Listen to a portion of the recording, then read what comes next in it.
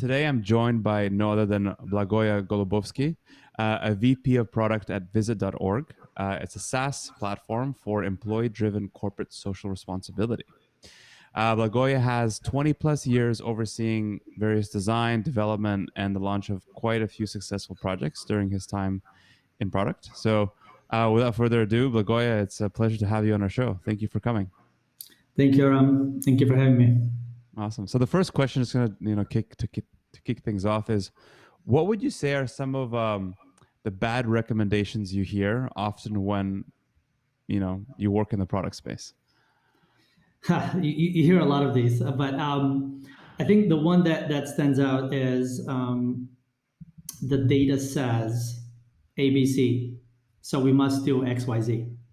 This is one of those things that using data as your Bible, and the reality is much more complex than that. And as a PM, you should use data as a signal, as one signal, but you also have a lot of other forces that are at play. So you have a business objectives, you have product restrictions or sliders, and so many other factors. And what, aside from like the data indicators, well, like, you said just now that you should look at them, but like, when are they useful, when they're not useful? So looking at data when you're doing product development it's an important piece, and you cannot ignore data.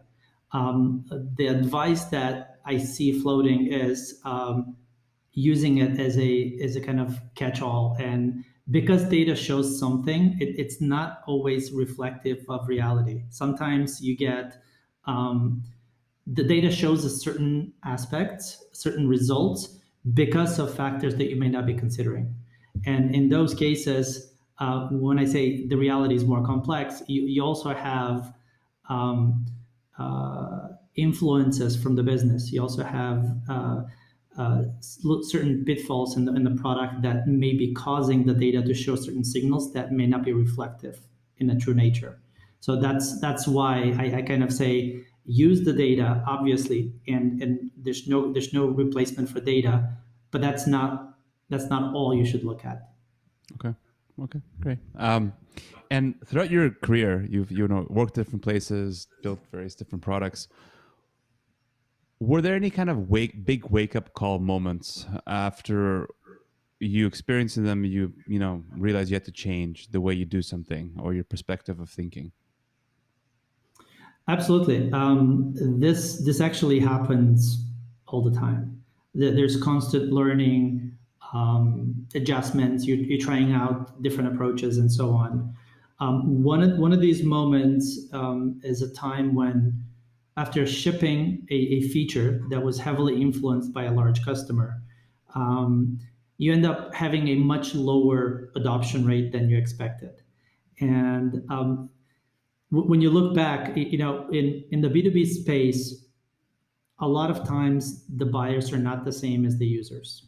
Okay, so what that really means is that it's a delicate situation because you don't always have access to the end users, and not giving enough energy and not enough understanding of the end user and their pain points puts you kind of at a high risk of shipping a feature that could easily miss the mark, and even if the buyer is really asking for it. And so that's a common problem, I think, with a lot of B2B projects where the actual end user using it might not be your enterprise customer, but there's obviously pitfall there. So from this learning or from that kind of experience, what have you now done differently to combat that? So I think it is our job as a product managers to emphasize and to represent the end user, even in the front of the buyer, which is kind of counterintuitive. Even if that's not the most intuitive thing, you should always represent the end user of your product. And at the end of the day, we all have a vested interest in putting our products in the hands of our users and helping them at the end of the day. So that's kind of part of being conscious of it. It's the first thing, and second, actually practicing it. Interesting. What would you recommend to product managers as like a way to communicate the importance of this to their own decision makers or their leadership, who might be thinking, oh well, like who's paying for this product? Well, it's like this enterprise. It's a constant battle. So there's no silver lining here. Really, I think what matters the most is obviously your buyer is your first contact. This is your person. This is your champion, whether they actually end up getting your solution or not. So you can't completely just ignore them. I think the point that matters the most is having a relationship with these buyers and help them understand that at first understand um, their reasons why they're buying your solution, your software, and showing them that the adoption and the use of the product is in their own interest, and how the views of the end users are directly impacting the adoption and the use of the product. It's actually in their interest. So a lot of times these users don't have that mindset. They're business people, and it's our job. It's in our hands to guide them and help them get there. Okay. All right. And I like asking this question, but what would you say are some things that people never ask you that you wish they did? It could be your team. It could be an end user. Yeah. So one of the misconceptions about product management in general is that the job is the same across all companies, all verticals, and that if you're successful in one scenario, in one situation, you'll be successful in another one as well. The fact of the matter is that product management really requires different skill sets. Different skill sets when you're in an early startup scenario, where speed is the most important thing. It requires different skill sets when you're in a more established startup, when scale and repeatability is most important, versus an established mature product where you're optimizing features and efficiencies are the most important thing.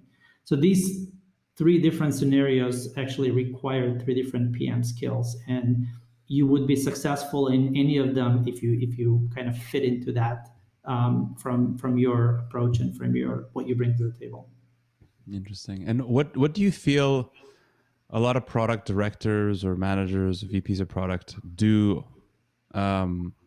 often that won't get them a great product? I think you kind of previously, when we had a chance to connect, you mentioned about it could be a lack of focus, it could be technical debt, sales driven versus PLG driven. Yeah. What are your thoughts? I think yeah. So what did they don't do to get them a great product? Yeah. So I think a lot of times they asking the right questions. That's kind of like the first thing, and well, before I answer that, let's kind of define what a great product is, right?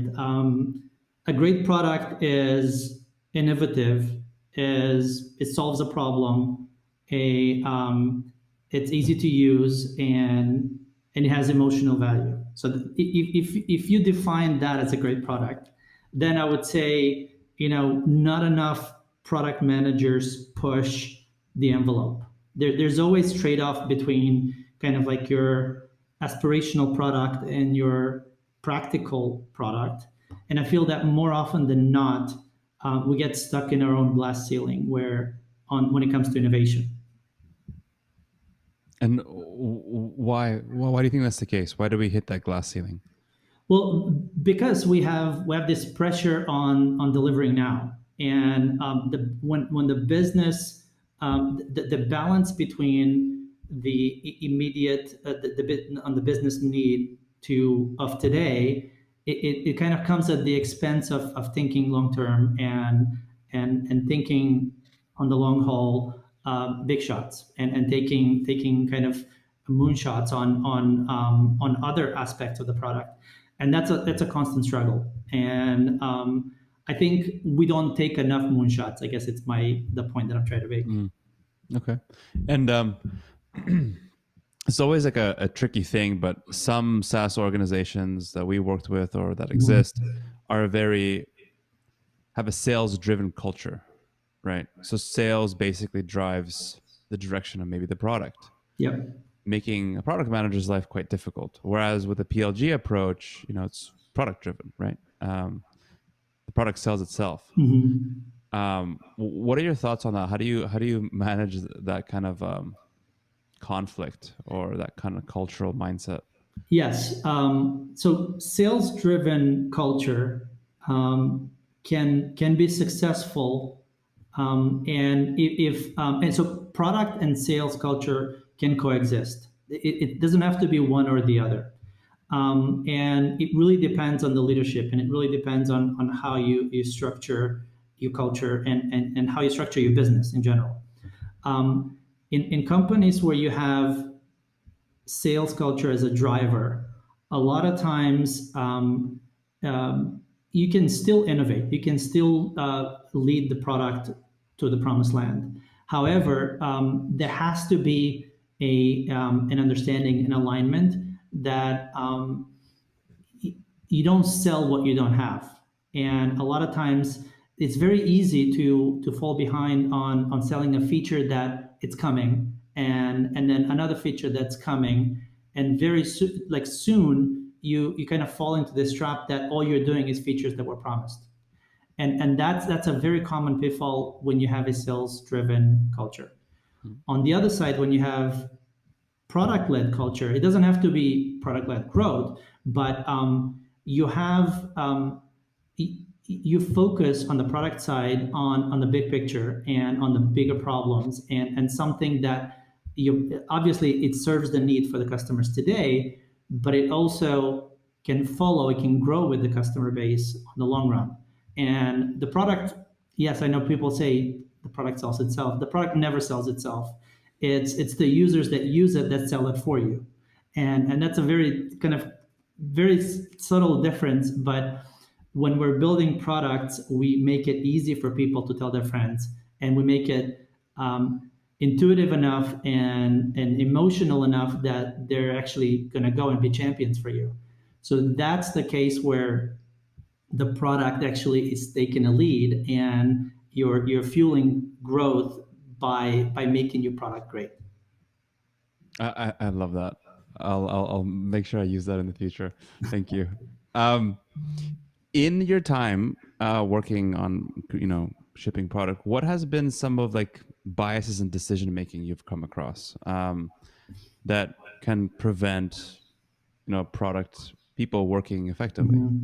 Yeah, I think it really depends on the situation that you're in, meaning like the company stage, the product maturity, and so on. So if you take an example in an early stage startup, putting too much weight on user interviews is it can have a detrimental effect on being fast, on shipping shipping the right feature.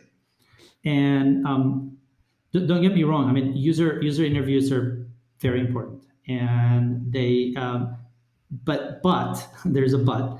But it only mean but we should only use them as means to understand the user, not to justify our own bias going in. So the user interviews they should help you um, be more empathetic to the user, understand the user, not as a direct result of the user said, or they want X, Y, and Z, so we should do it because the user said so.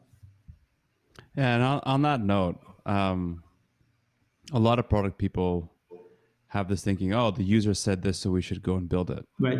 As like a product leader, what would you say where it comes to the point of like how much input should really be coming in from the users to drive your product roadmap? I think input from the users is critical. And kind of to my earlier points, it's absolutely critical, just similar to data.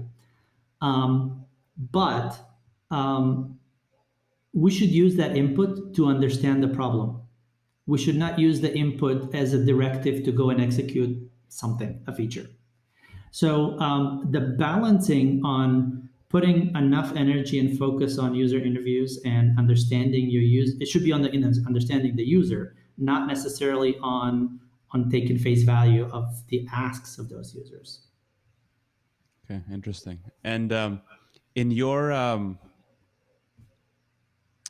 mean, from a decision making process in terms of bias around user interviews, uh, you could do user interviews obviously very early on, where it's like in the discovery phase, is trying to Yeah. figure out what's like a new product to build, or it could be towards when the product is more mature, you're releasing out a new feature.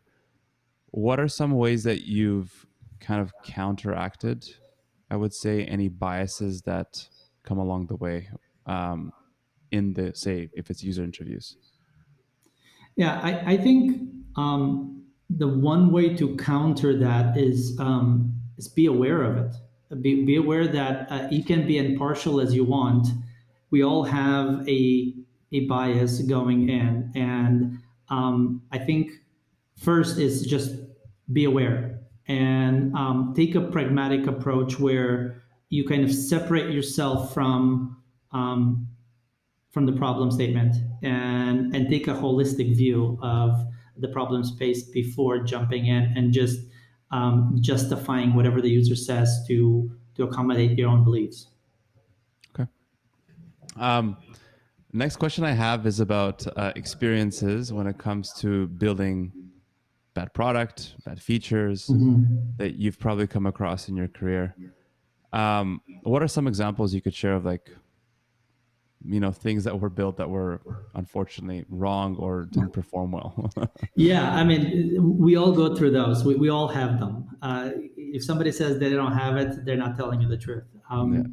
I think, and I think I mentioned this to you, the one example that comes to mind is a time where you have a quick and dirty hack. I mean, going in an early stage, you're hacking, you're trying to prove a concept, and then very quickly, because things move so fast, this hack turns into an integral part of your product, and it just never gets productized. It just never goes into the front end of the product.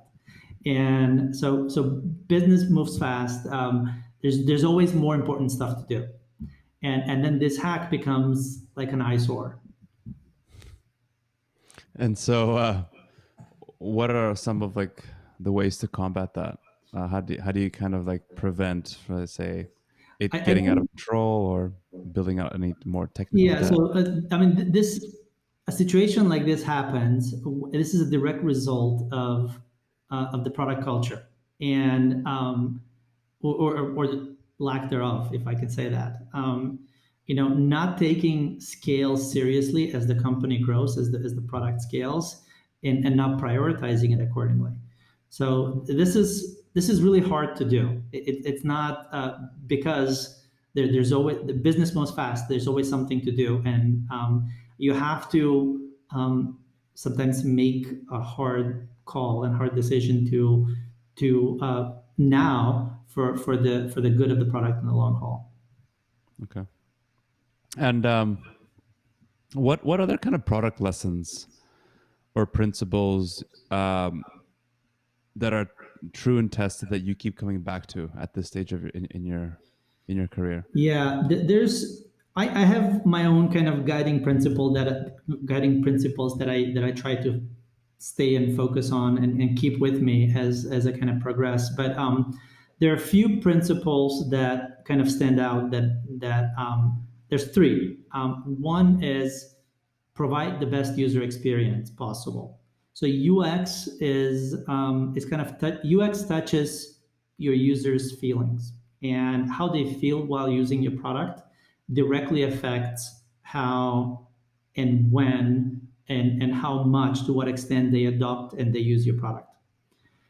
Number two is principle number two is move fast, build simple yet complete. So what that means is that it doesn't matter how big of a feature it is. It doesn't matter how big the product is. Don't over-engineer it. Going fast and simple kind of lets you verify a lot of the assumptions that you've made up front bit by bit, and then it allows you to correct them fast because they're broken down into smaller chunks. And the third principle that I kind of go by is focus on your value proposition. Um, a lot of people miss this, and what I mean by that is don't reinvent the wheel if you don't have to. It's important to understand what is your value prop, and this is what differentiates you. This is what you should focus. This is where you should focus your energy, and this is what makes you valuable. So stay within your value prop. Awesome. Last maybe a couple of questions before we get into the fireside format. What aspects of product development would you say money can't fix? Yes, money can buy you a lot of things, but it will not get you a clear sense of purpose. I thought about this, and no amount of money can really in the world can solve for you not having a clear purpose. Unfortunately, a lot of products kind of fall into this category out there, and we may hit our goals, we may hit our numbers, we may hit our matrix, and we ship great like good features on the and that we all set out to do, but without really a product vision, without purpose, none of it really matters at the end of the day. I was watching a clip the other day from, I don't know if you know Simon Sinek, I think it's his Yeah, of name. course. Yeah, My hero. he's your hero. So he was talking about the same thought in a very business sense and in a business context. And the example that he gave was just unbelievably good. He was saying that, hey, you go on a trip, and you don't know where you're going. You can set your goals. Hey, I want to get in the car. I want to drive 50 miles, 100 miles a day. All of that. You can monitor progress. You may be hitting your numbers, but where are you going? If you're going on a trip without knowing where you're going. So that's kind of the same thing with product. The exact same principles apply to product, because without product vision, without having a purpose, it doesn't matter how much money you have in the bank. Mm. And what's your take on the whole launch of products? And some people is like, oh, I got to launch this product on this date. It's like, why? It's like, well, that's just like the time that we set out to do it, and then you have to work against it. What's your thought against that whole kind of idea? Yeah, I don't like that. Generally speaking, I think dates are, for the most part, completely arbitrary. In some cases, we do have dates that we must hit because of external factors. I get it. That happens. But in most cases, that's not the case. In most cases, we set out dates because we think it's going to make us look good. We think we should be hitting these, completely made up. So I think it's more important that we ship great product than hit all the milestones that we thought we would be hitting, and kind of compromise and take shortcuts on the way just to meet those times. Okay. All right, cool. Well, go ahead. Let's jump into the fireside format. So the format is I ask a question, try to answer it in 1 or 2 sentences. I don't know if I've ever really had anybody to achieve this, but let's give it a try anyway. So the first question I have is, how do you ask better questions in product? So first thing, eliminate all the assumptions. I know that's hard to do, but start at the bottom, and just follow this rule. And by following this rule, it really opens up your box. It allows you to do some original thinking. Okay, great. What have you become better at over the years at saying no to? Well, I think with experience, we get more comfortable saying no. It's never a good feeling, but it's important to follow your principles. And the first time, the first line of no, a lot of times can be not yet. And let's dig a little bit and let's try to understand what actually what moves us in the right direction. And once we agree on not really making it personal, um, then we can all align on the goals. And then the no kind of justifies itself. It doesn't have to come from me. It can just come from the discussion that we're having. Okay. Um, this is a weird question, but if you could only work 2 hours per week, what would you want to focus on? Uh, this is a very difficult question for me to answer. I don't know if that's possible for me. I've tried to imagine what this would look like, but I'm just coming out blank. I have too many interests that I cannot really boil my week down to 2 hours, and you know, sorry, I don't have an exciting answer here. No problem, no problem. If you were maybe to do it, if you were to spend 2 hours a day in a week, so 2 hours every day, so 10 hours a week, what would you want to focus on the most in your product role? Um, so if we move this to, let's say, at work on the product role, 10 hours a week, I think spending time with my end users, understanding how they're experiencing the product that I'm putting in their hands. Perfect, perfect.